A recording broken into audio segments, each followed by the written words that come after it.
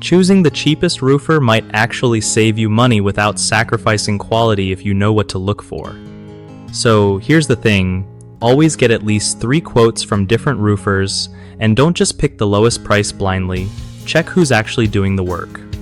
Sometimes the same crew works for both the big name companies and the budget ones, so you're paying more for advertising and fancy offices, not better craftsmanship. Ask for references or even photos from previous jobs to see their work up close. Make sure your roofer is licensed and insured. That's non-negotiable to avoid headaches later. Pay attention to the materials they're using.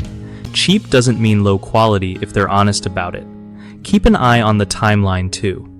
If they say it'll take a week, it probably should, so don't settle for a vague "whenever we get to it" kind of answer. Also, clarify the warranty on both labor and materials so you're covered if anything goes wrong. Finally, trust your gut. If something feels off during the estimate or conversation, it probably is. One of the biggest mistakes when picking a roofer is falling for flashy marketing instead of checking actual workmanship. Fix that by asking for real job references and photos.